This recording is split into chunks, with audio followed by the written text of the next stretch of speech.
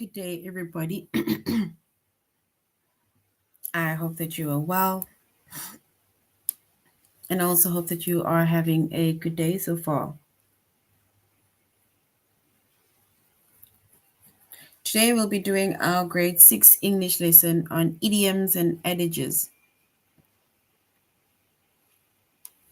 And before we start, we're going to log on to aplusstudents.ca.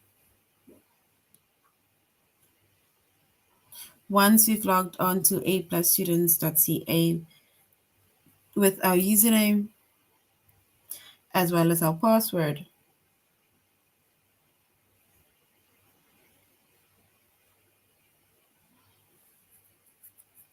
and then we're going to select the subject of English language art, grade 6. Then we're going to scroll down up until we get to the chapter of idioms and adages.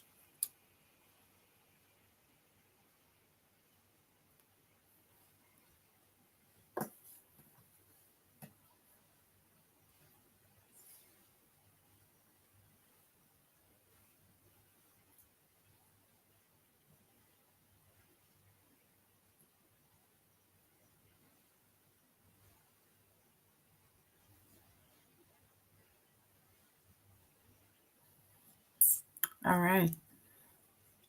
So our chapter is idioms and adages.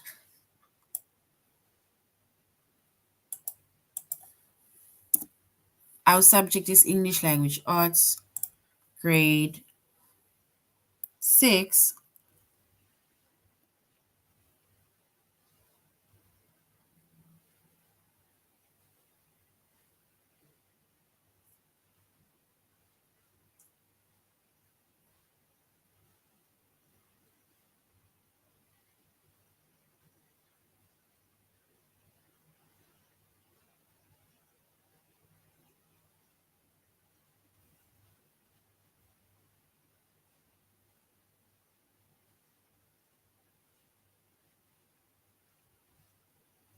All right. So when it comes to our like we said, our chapter is idioms and adages, right? So an idiom, right? It is a phrase that means something different than what the words in the phrase actually mean.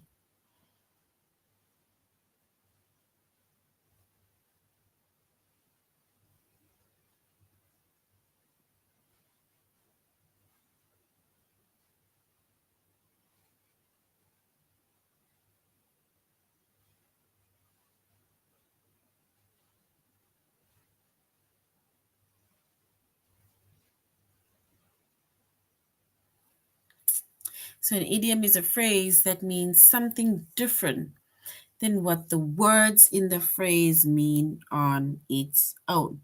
So it's not a direct translation. You can't do a direct translation.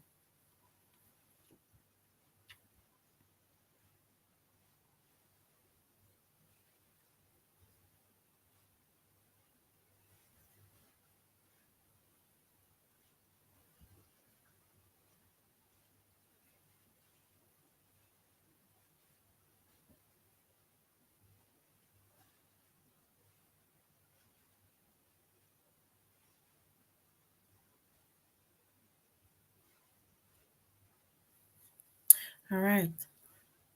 If we look at the word underwater, under the weather, sorry.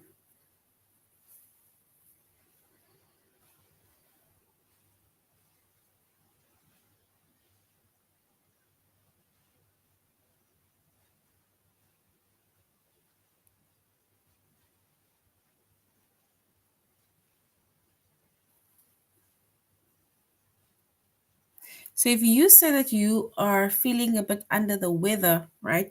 Under the weather is an idiom, right?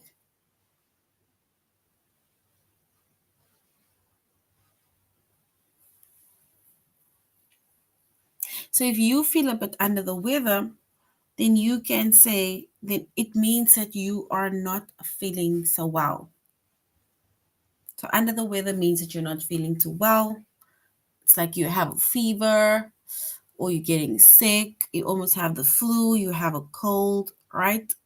So that is under the weather, and that is an idiom and adages, right?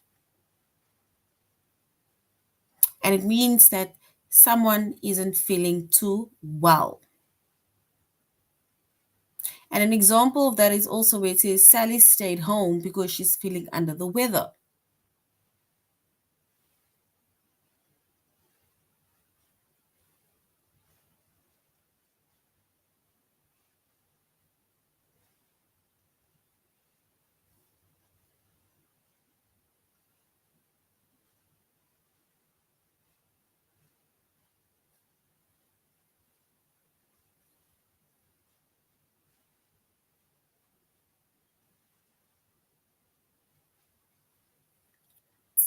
All right. So she stayed home because she's feeling under the weather. This means that when it comes to idioms, right, the meanings of idioms, it cannot be found by just looking at the meaning. So I can't say under the weather means that I'm standing outside and I'm standing in the sun under the warm or under the cold weather, right? So with idioms, it is a phrase that means something different than what the word or phrase mean on its own, right? So you cannot just, it's not a literal meaning, right? It's not a literal meaning, and that is what idioms are, right? It means something different than what the specific words actually mean. So if you say I'm under the weather, then it means that you are not feeling too well. So when it comes to idioms, right, you have to remember them or figure out the meaning by looking at how they are used, right? You need to look at how they are used.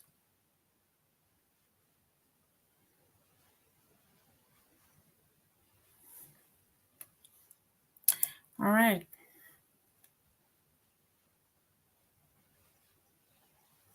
So once again, an idiom, it is a phrase that means something different than what the words in the phrase mean on its own.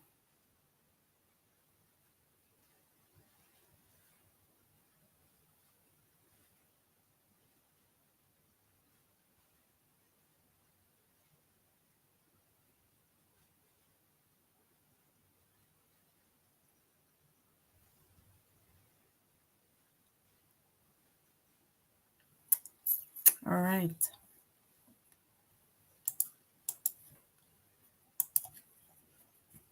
So we see that an idiom is a phrase that means something different than what the words in the phrase mean on its own, right? And we made an example of under the weather, right? Where it means that somebody isn't feeling too well. And the meanings of idioms cannot be found by just looking at the meanings of each other.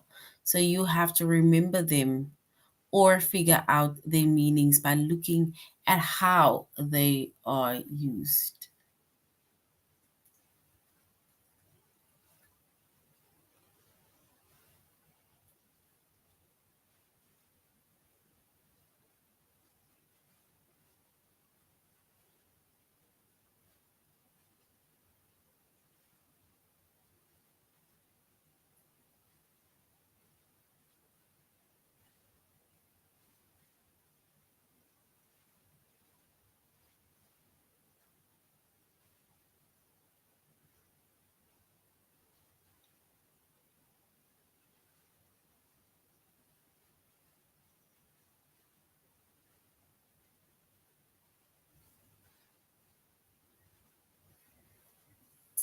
All right.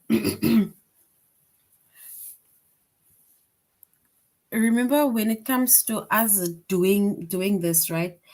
I think we now at the point where we are basically back to repeating the same, let's say, set of chapters, because we run through all of the chapters, and then we start again from the top, and we go and we do the very same chapters again.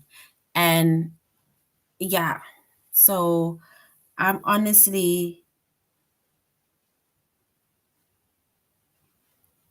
so are you saying that we didn't finish the last chapter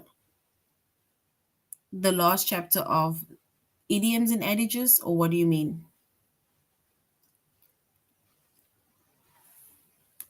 Are you saying that we did the set one, but not the set two? So are we supposed to do the set two? All right. Okay. So we're gonna move on to the set two, right? All right. So when it comes to, we say that an idiom is a phrase, thank you guys, that means something different than what the word and the phrase actually means, right? So with idioms, right, you cannot directly try to want to translate what it means, right? So you're gonna have to um you can't just look at the specific idiom and say that this is what it's going to mean, right? You're just going to have to remember the idiom. You're going to have to try and figure out the meaning by looking at how they are used sometimes within a sentence, right? Or how they are used within a certain phrase, right? If we look at, here it says, what is the meaning of get under someone's skin? So, like we said, it is not a direct translation where you're not trying to get under somebody's skin. Because how do you force yourself in somebody's skin or even in somebody's body? So, what is the meaning of get under someone's skin? I like Warren, but but he's annoying. Laugh really gets under my skin. What does that mean? I like Lauren, but his annoying laugh always gets under my skin.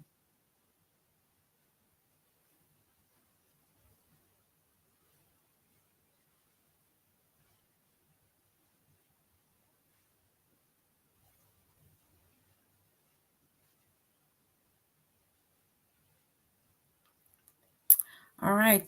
So if we look at get under someone's skin, right? If somebody's getting under your skin, if we should put it like that, then it means that it is whatever the person is doing is bothering you, or that person is bothering you, right? So it says, I like Warren, but his annoying laugh really gets under my skin. So yes, something is annoying, something is bothering you, right? So it's his laugh is, it's irritating, right? So you feel irritated or bothered or annoyed by what the person is doing. So now it's like the person gets under your skin, either by what the person says, by the laughter of the person, or sometimes by certain comments or whatever that the person does. Right? So that is what it means when they say get under your skin. You're either annoyed, you're irritated, or whatever the person does bothers you. What is the meaning of my bitter half? If I say, like, oh, this is my bitter half, right? It says Mr. Lawrence's co-workers finally met his bitter half, which is Mrs. Lawrence, at the office holiday party. Bitter half.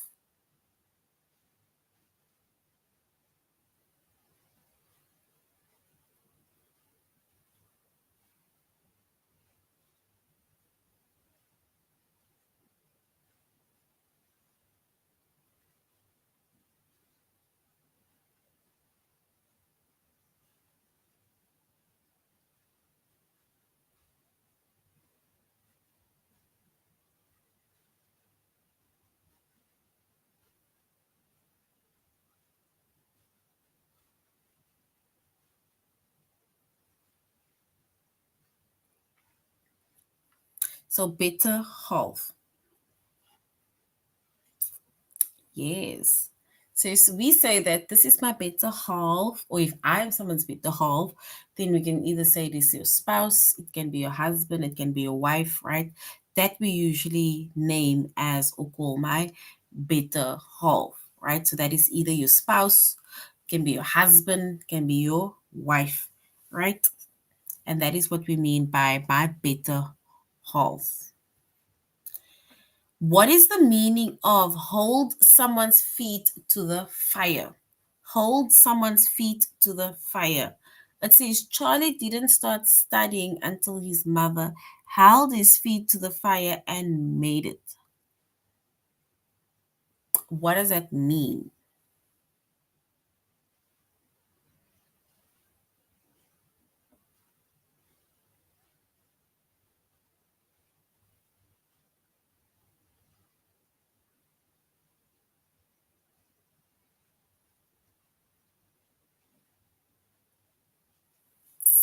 So it says, what is the meaning of hold someone's feet to the fire? Charlie didn't start studying until his mother held his feet to the fire and made it.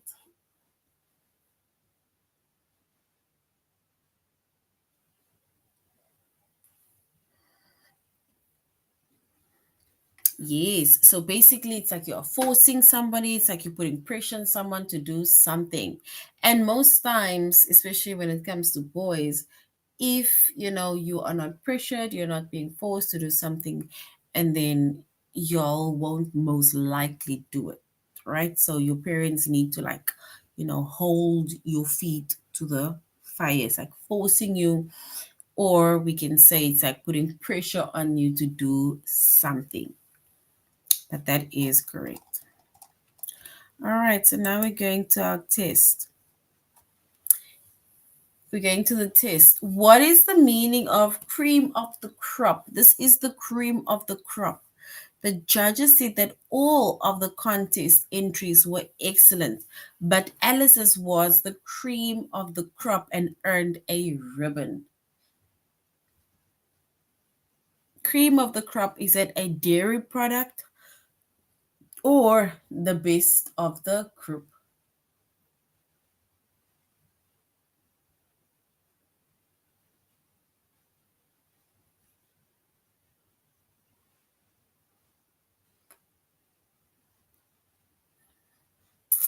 So the cream of the crop, is it a dairy product?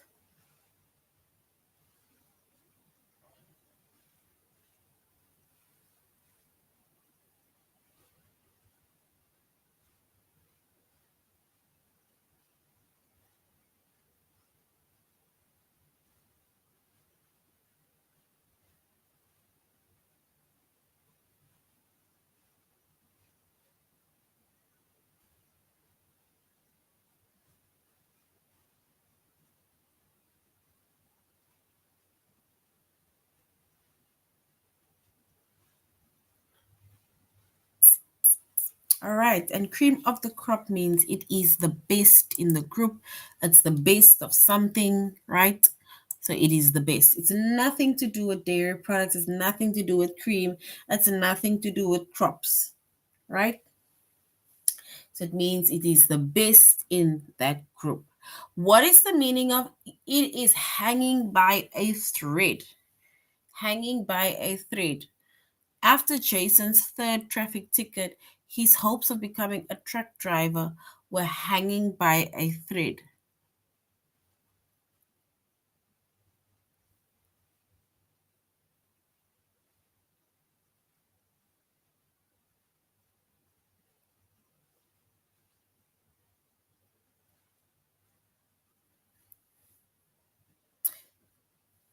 So, after Jason's third traffic ticket, his hopes of becoming a truck driver was hanging by a thread. Is it held together by a string or in an uncertain or risky position?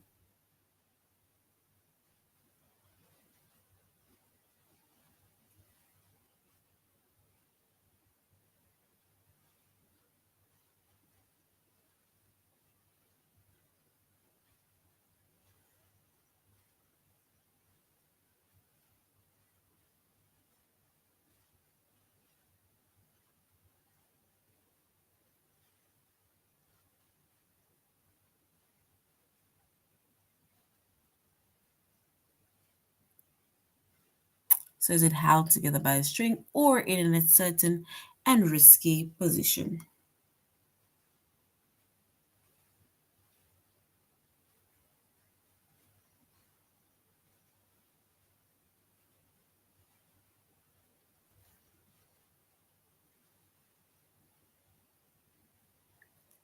All right. So if something is hanging by a thread, right, especially Jason saying that he wants to be a truck driver, but him getting another ticket is basically hanging by the thread, meaning that it is now making him feel very uncertain or it's a risky position, right? But it's like he's now very uncertain, like, wow, like, are they even going to consider me with all my fines? All right. Ask for, it says, what is the meaning of ballpark figure? Ballpark figure. So we can say, ask for an estimate. The mayor provided a ballpark figure for the cost of expanding the Richmond Public Library. So ballpark event, is it a person attending a sports event or a rough estimate for an amount?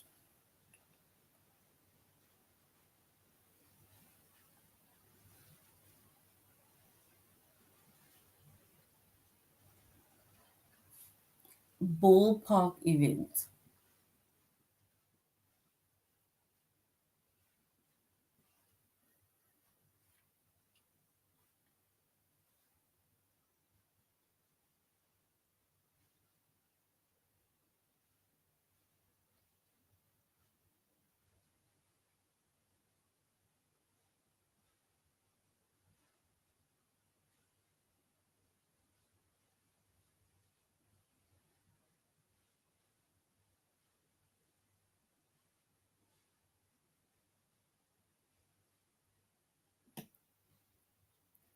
So is it a person attending a sports event or a rough estimate for an amount?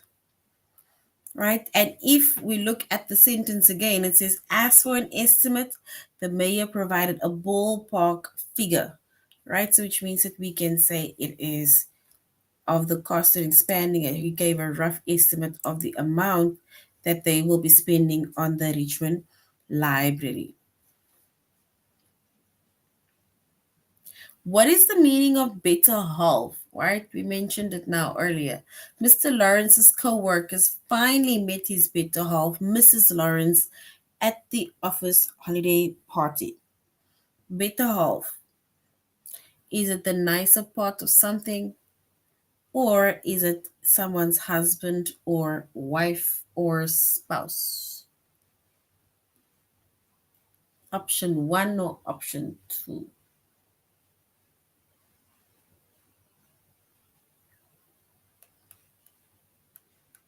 Option one or option two?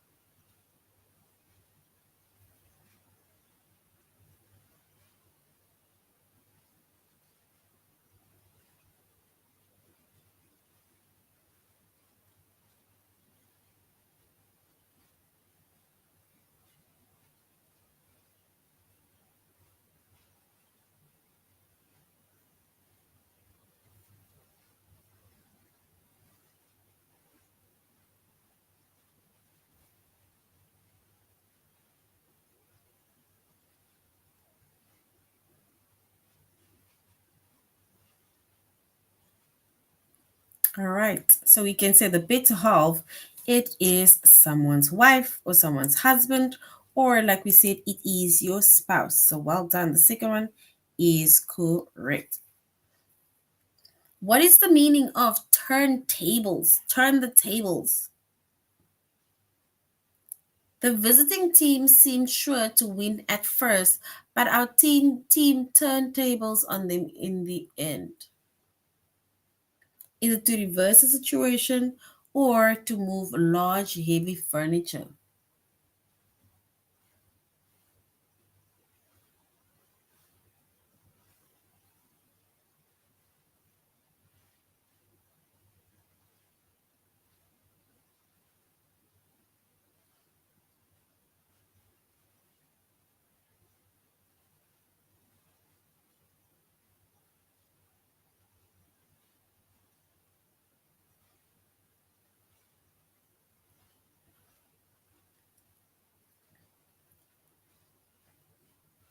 All right, and the meaning of turning tables, we can say it is to reverse a situation.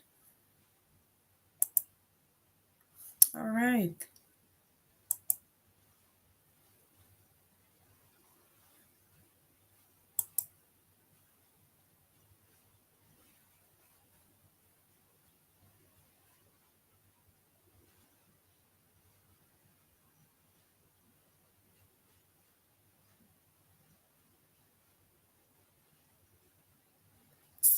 What is the meaning of nothing ventured, nothing gained? Nothing ventured, nothing gained. Nothing ventured, nothing gained.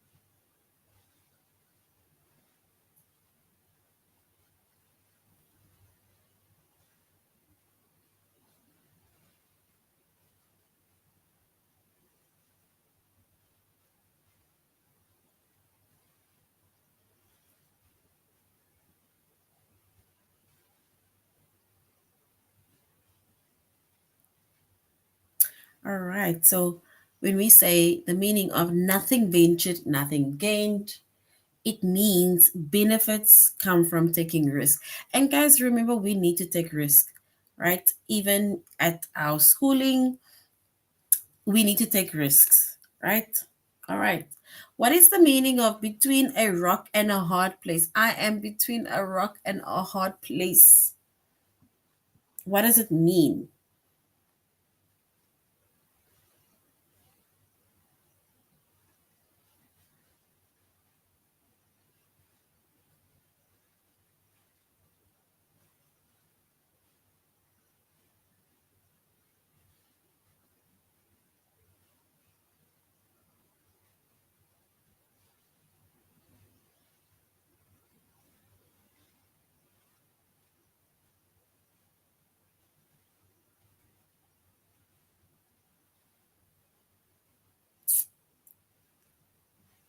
So between a rock and a hard place. So when we say, that you are between a rock and a hard place, then it means that you are facing two difficult choices, right? You are facing two difficult choices. I'm gonna have to figure this out because I am between a rock and a hard place. Like things are just not moving. Like you're at so that is what it means. Like facing two difficult choices. Choices that you're gonna have to now like try to come up with solutions for these choices that you're gonna have to make. Right? Then what is the meaning of if you can't stand the heat, get out of the kitchen? If you can't stand the heat, get out of the kitchen.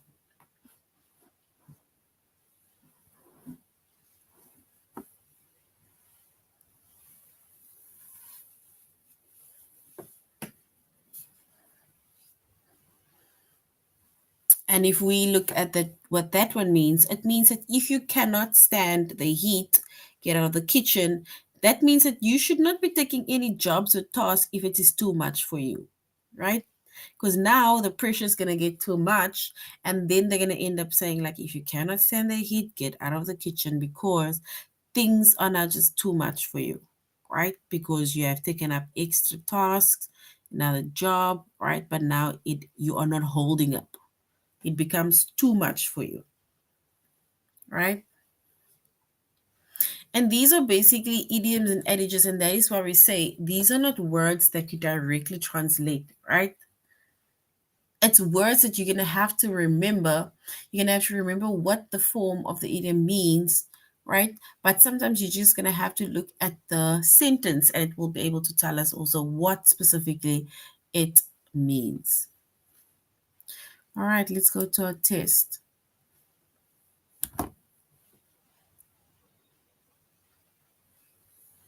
What is the meaning of you can lead a horse to the water, but you cannot make it drink?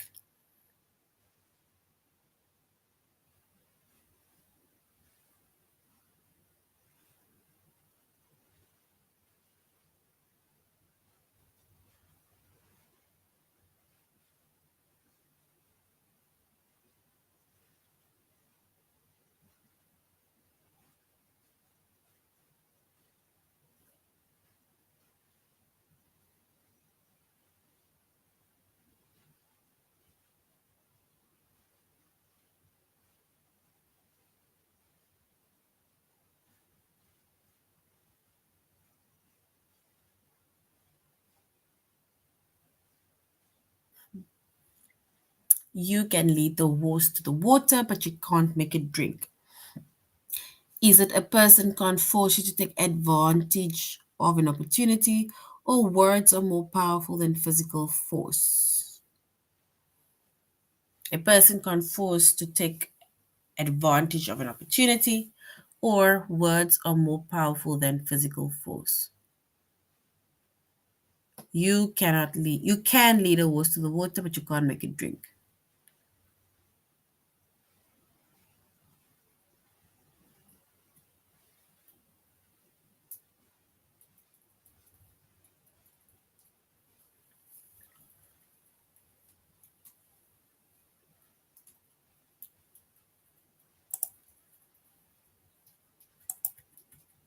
All right, so it's the first option.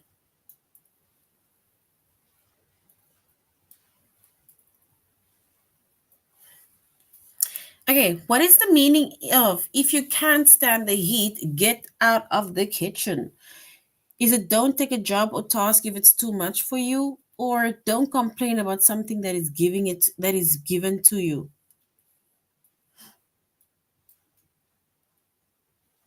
If you can't stand the heat, get out of the kitchen.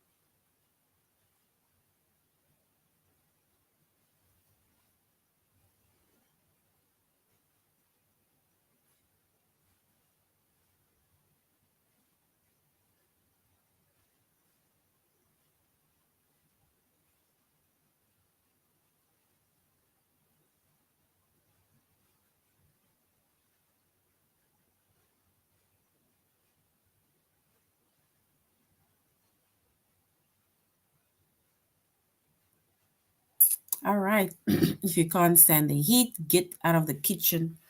And that is yes, that is option one. Don't take on a job if it is too much for you. Yes, so well done. Well done. It is the first one. It is number one. Well done. What is the meaning of get one's feet wet? Get one's feet wet. Is it to miss the big picture by forcing on the details, or to start learning something? Get one's feet wet. To miss the big picture by forcing on details, or to start learning something.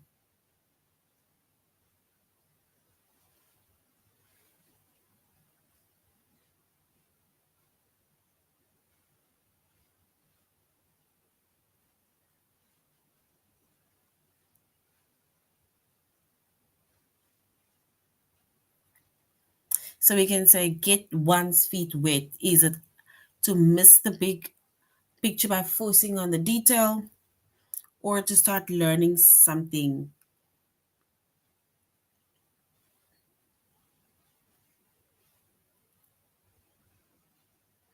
Get one's feet wet.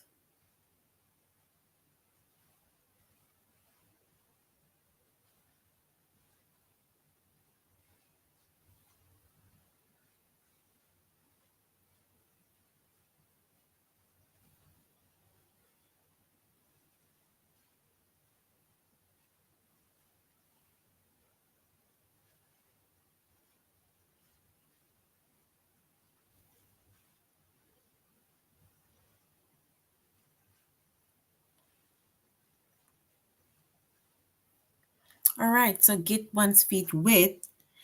Let us say it is starting to learn something. Yes, so getting one's feet wet, it's like you're starting to learn something. It's like starting something new. Like, let's get your feet wet. We're about to start something new. It's a new adventure, right? What is the meaning of nail it? Like, you nailed it. Is it to attach something to the wall or to get something exactly right?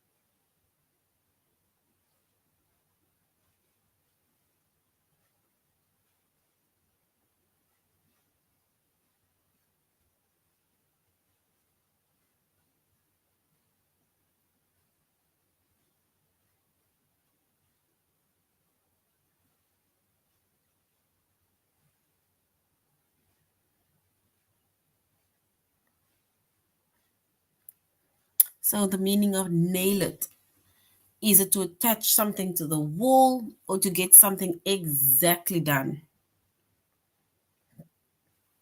Nail it.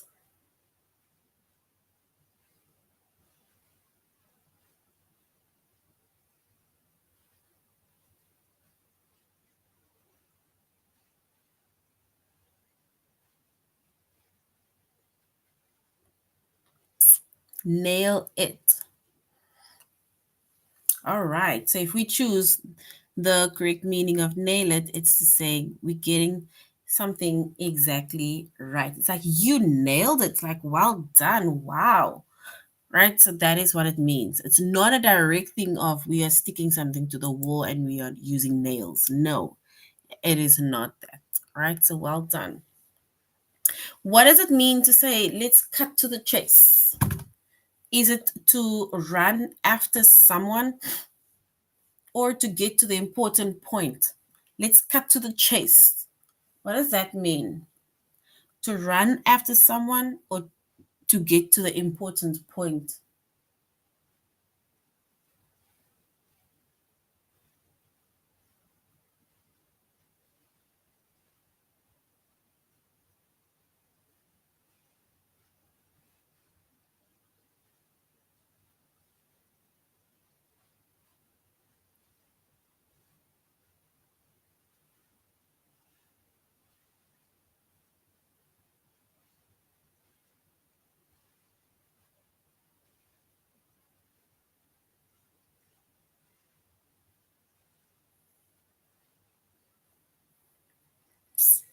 So cut to the chase.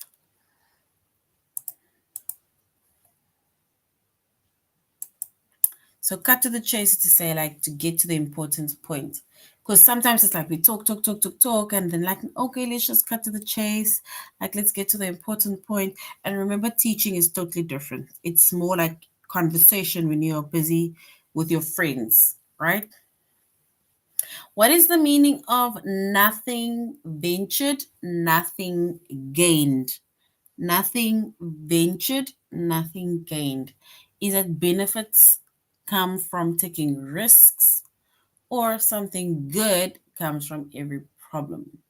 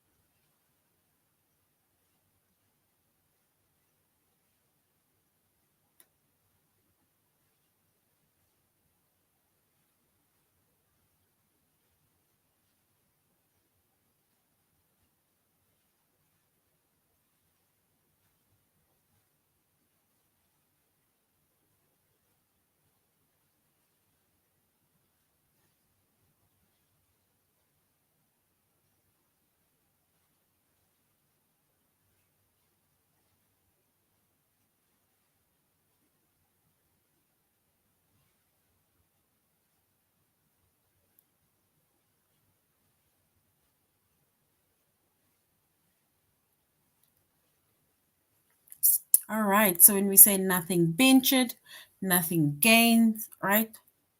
Then we can say it is benefits from taking risks.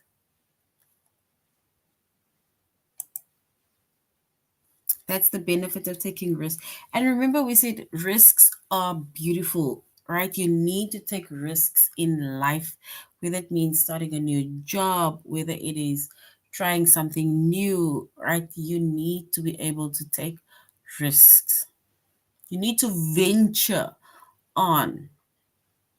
All right, so we're almost done. What is the meaning of pull the wool over someone's eyes? Pull the wool over someone's eyes. Is it to compliment someone because one wants to or wants something, or to completely fool someone?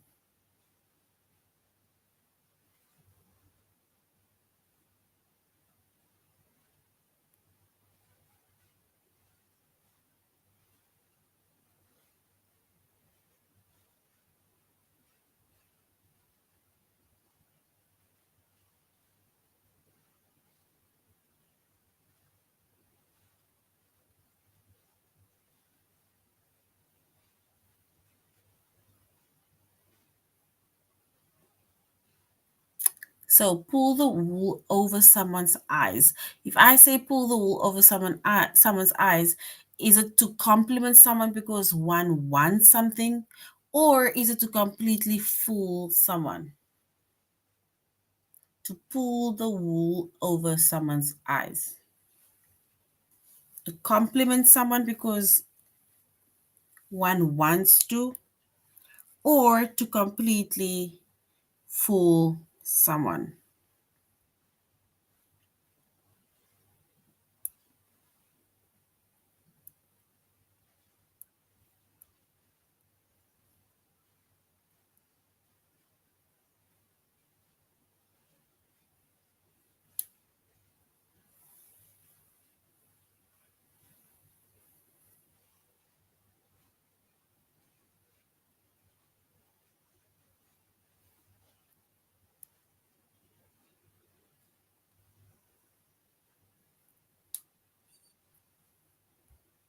All right, and if we choose the correct one,